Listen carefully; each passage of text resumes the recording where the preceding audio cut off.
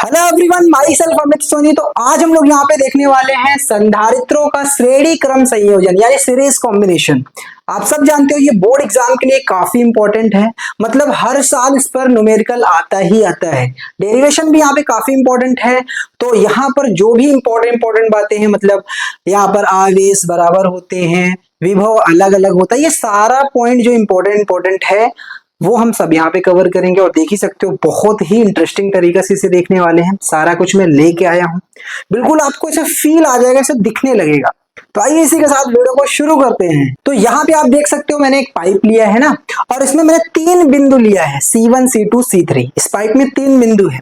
अब मैं क्या करता हूँ, ये एक गिलास पानी है, इसके अंदर डालता हूँ। तो आप ध्यान से देखना क्या होगा। यहाँ पे अगर मैं इसके अंदर 1 गिलास पानी डालूं तो आप देखना ध्यान से क्या हुआ, ध्यान से देखना। ठीक है, अब मैंने क्या किया, 1 गिलास पानी जब इसमें डाला तो आपने क्या नोटिस किया, यहाँ पे 3 बिंदु है। बिल्कुल। अब मैं अगर आपसे पूछूं कि बिंदु 1 पर कितना गिलास पानी गया, पानी कितना गया, तो आपका जवाब होगा 1 गिलास। आपने 1 गिलास पानी डाला तो बिंदु जो C1 है यहाँ पर 1 गिलास पानी गया होगा। C2 पे कितना गया होगा, तो कहोगे सर क्या बात करो, 1 ही गिलास गया होगा, वही आगे बढ़ा होगा, इसके अंदर भी गया होगा। अच्छा, C3 पर कितना गया होगा, जवाब है 1 गिलास। यानी जैसे मैंने 1 गिलास पानी डाला तो 1 गिलास पानी C1 के पास भी पहुंचा, C2 के पास भी पहुंचा, C3 के पास भी पहुंचा। यानी हमें ये समझ में आ रहा है जितना यहाँ उतना यहाँ उतना यहाँ। अगर मैं ये पूछूं सारे जगह पानी बराबर क्यों पहुंचा, तो आपका जवाब है क्योंकि पानी के पास एक ही रास्ता है। ऐसा तो है नहीं कि बीच में कोई और दूसरा पाइप है, बीच में कोई और दूसरा पाइप है, ऐसा तो है नहीं। एक ही पाइप होने की वजह से पानी के पास सिर्फ एक ही रास्ता है, तो उसको मजबूरी में C1 C2 C3 से गुजरना ही पड़ेगा। और यही वजह है C1 C2 C3 के पास एक एक गिलास पानी है। बात समझ में आया। तो अगर मैं पानी को कह दूं आवेश, पानी को क्या कह दूं, आवेश, और ये तीनों जो बिंदु हैं इसको मैं कह दूं संधारित्र। देखो, संधारित्र पहला, संधारित्र दूसरा और संधारित्र तीसरा। तो तीनों संधारित्र यहाँ पर श्रेणी क्रम में लगे हुए हैं। किसमें, श्रेणी क्रम में। तो जैसे मैंने पानी यानी 1 गिलास आवेश डाला तो जितना आवेश यहाँ उतना आवेश यहाँ उतना आवेश यहाँ।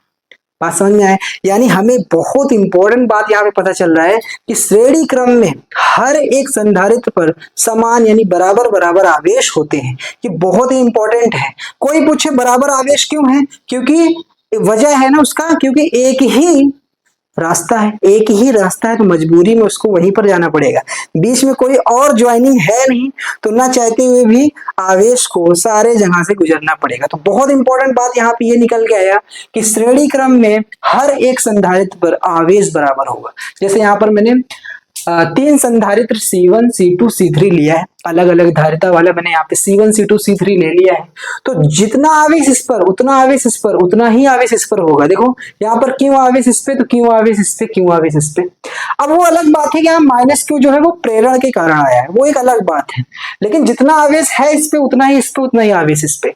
तो बहुत इंपॉर्टेंट यहाँ पे बात है, और यही बात भैया यहाँ पे मैंने लिखा है कि श्रेणी क्रम में प्रत्येक संधारित्र पर आवेश की मात्रा समान होती है। देखो आवेश की मात्रा क्या है, समान है, यानी एक बराबर है।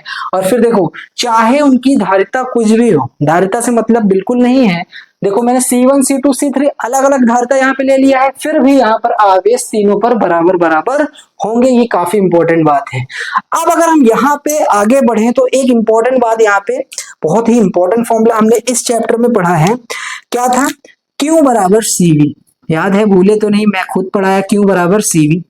तो अगर मैं यहाँ पर V को बराबर कर लूं तो ध्यान से देखना, V बराबर करोगे C नीचे जाएगा, तो Q डिवाइड बाई में C आ जाएगा। बिल्कुल भैया। तो अगर हम यहाँ पे ध्यान से सुनना, हम ये जान रहे हैं कि Q तो भैया तीनों के तीनों में बराबर होगा, यहाँ भी Q बराबर होगा, यहाँ भी, तो Q से मतलब है नहीं। लेकिन C तो अलग अलग है ना हर जगह, और जब ये C अलग अलग है हर जगह तो V को भी अलग अलग होना पड़ेगा। बात समझ में आ रहा है ना, क्योंकि C1 C2 C3 आपने अलग अलग लिया है तो V1 V2 V3 भी अलग अलग आएगा ना, क्योंकि आवेश से मतलब है नहीं, आवेश तो बराबर है। तो C के अलग होने के कारण V भी अलग होगा। तो ये जो पहला संधारित्र है, दूसरा संधारित्र है, तीसरा संधारित्र है, यहाँ पर तीनों का धारिता C1 C2 C3 अलग अलग है। यही वजह यहाँ पर विभव भी अलग अलग आएगा। तो मान लेते हैं इसका विभव इसका क्या है, क्रमशः V1 V2 V3 है। तो यही बात मैंने यहाँ पे लिख दिया। देखो धारिता अलग अलग होने के कारण प्लेटों का विभवांतर भी अलग अलग होगा भैया, समझ में आया। और मान लेते हैं कितना है V1 V2 V3, इसका V1 इसका V2 इसका V3, इतना बात समझ में आ गया बिल्कुल। अब अगर कोई पूछे V1 V2 V3 होगा कितना, निकालोगे कैसे, तो आइए निकाल लेते हैं। इस वाले फॉर्मूला से भी ये निकलेगा, V1 निकालना है तो ये फॉर्मूला लगाओ, V2 निकालना है, V3 निकालना है, सब में यही फॉर्मूला लगेगा। तो आइए सबसे पहले हम लोग V1 निकालते हैं। तो V1 निकालने के लिए क्या करना पड़ेगा आप मुझे बताओ। V1 के लिए Q चाहिए और C चाहिए, तो V1 यानी संधारित्र 1 की बात हो रही है, तो चलो संधारित्र 1 पे, यहाँ पे V1 चाहिए तो Q और C चाहिए। इस पर कितना आवेश है भैया, इस पर पूछो, इस पर पूछो, इस पर पूछो, आवेश तो Q ही है, तो इस पर आवेश कितना है Q, तो आवेश वाली चीज यानी Q हमने यहाँ पे लिख लिया। अब C, अब इससे पूछो इसकी C कितना है, इसका C तो C1 है, धारिता इसका क्या है C1 है, तो डिवाइड बाई में क्या आ जाएगा C1, और हमने यहाँ पर V1 निकाल लिया। अब ऐसे ही चलो V2 निकालते हैं, कितना V2 निकालते हैं, तो V2 बराबर क्या आएगा, ध्यान से सुनना, V2 में क्या हो जाएगा, हमको इसके पास चलना पड़ेगा, तो चलो इसके पास। अब जब इसके पास पहुंचे तो पूछो इसके पास कितना आवेश है, ये भी बोलेगा मेरे पास क्यों ही आवेश है, क्यों ही आवेश है। अच्छा, फिर इससे पूछो आपकी धारिता कितना है, तो ये बोलेगा मेरा धारिता C2 है, C2 है। अच्छा भैया, अब ऐसे सिमिलरली V3 निकाल लो, तो चलो V3 के पास यानी C3 के पास, तो इससे पूछो आवेश कितना है, ये भी बोलेगा वही है, क्यों, क्योंकि सब जगह तो बराबर है। फिर नीचे इसकी धारिता पूछो तो ये बोलेगा C3 है।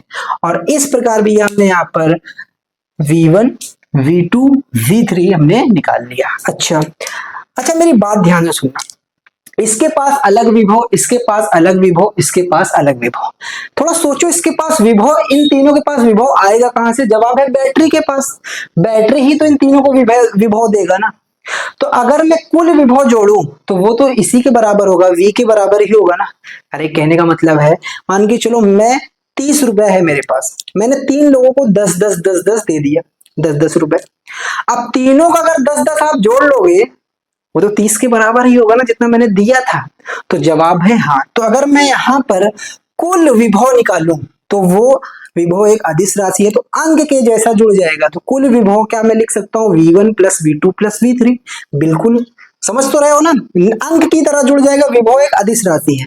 तो अगर मैं कुल विभव को यहाँ V माना हूं तो V लेकर निकालना चाहूँ कुल विभव, यहाँ पे आप लिखना चाहो तो लिख लो, तो यही कुल विभव को मैं V भी बोल सकता हूं ना, क्योंकि हमेशा मैंने V बोला है, तो कुल विभव को चलो मैं V बोल देता हूं। तो V बराबर क्या आ जाएगा भैया, मैंने पहले ही बताया V यानी विभव एक अदिश राशि है, और अदिश राशि में ना सीधा अंक के जैसे जुड़ता है, जैसे 2 + 2 4 वैसे ही जुड़ेगा। तो कुल विभव क्या हो जाएगा, V1 plus V2 plus V3, simple.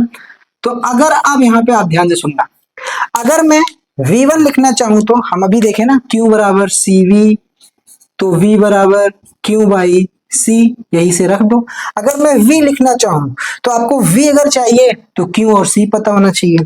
तो ये क्या है, कुल विभव, तो कुल विभव यानी कुल आवेश, कुल आवेश तो हमेशा क्यों है ना, कुल आवेश जितना बैटरी से, मान के चलो ऐसे समझ लो, जितना भी आवेश कुल यहाँ से बैटरी से निकला वही आवेश घूम के इसमें गया होगा, वही इसमें, वही इसमें, वही इसमें, और फिर बैटरी के अंदर आया होगा।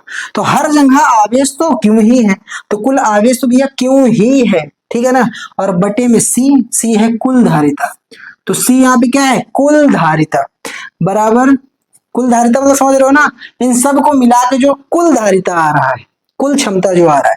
फिर आ जाएगा V1 चलो निकालो, V1 चाहिए तो क्यों और बटे में C, देखो V1 चाहिए तो इसके पास जाओ, आवेश कितना भैया, कहीं भी जाओ आवेश तो क्यों है, और बटे में, अच्छा यहाँ पे निकाले भी तो ना, इसीलिए तो निकाले थे ना, इसको रखते जाओ, V1 का वैल्यू Q बाई C1, समझ रहे हो ना, प्लस फिर से क्या जरूरत है, मैंने पहले ही निकाला था, V2 का क्या आ जाएगा, Q डिवाइड बाई में C2, फिर भैया V3 कितना आ जाएगा, देख सकते हो Q डिवाइड बाई में C3, देख सकते हो ना, यहाँ पे Q बाई C आ जाएगा, और इसका वैल्यू हमने पहले ही निकाला वो रख दिया।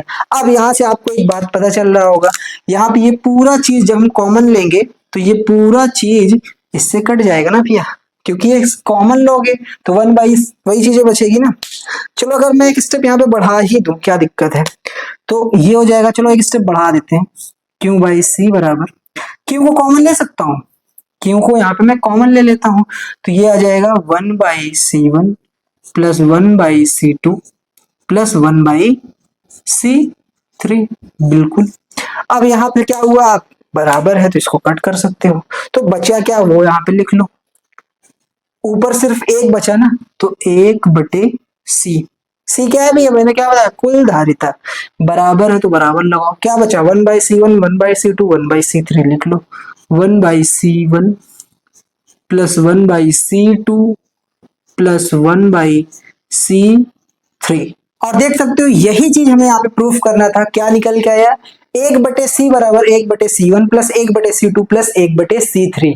ये होता है ये सीरीज यानी श्रेणी क्रम में संयोजन किसका, संधारित्र का। और आपने 10th में भी पढ़ा होगा ये वाला ऐसे ही फॉर्मूला वहां पर आता था, किसके लिए, समांतर के लिए।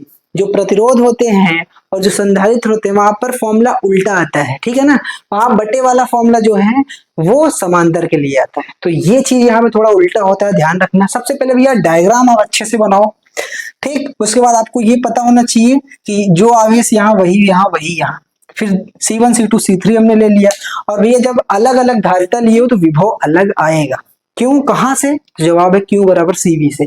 उस हिसाब से मैंने V1 V2 V3 निकाला और सबको यहाँ पे मैंने जोड़ दिया, और जैसे जोड़ा तो Q वाला चीज यहाँ पे कट गया और फॉर्मूला यहाँ पे आ गया। तो ये था इसका डेरिवेशन। आई होप आपको बहुत अच्छे से समझ में आया। सारा चीज मैं जो लेके आया हूँ उसके थ्रू मैंने समझाया, तो समझाने का तरीका भी जरूर आप बताना कमेंट करके। तो मिलते हैं किसी और वीडियो में, तब तक के लिए थैंक यू सो मच।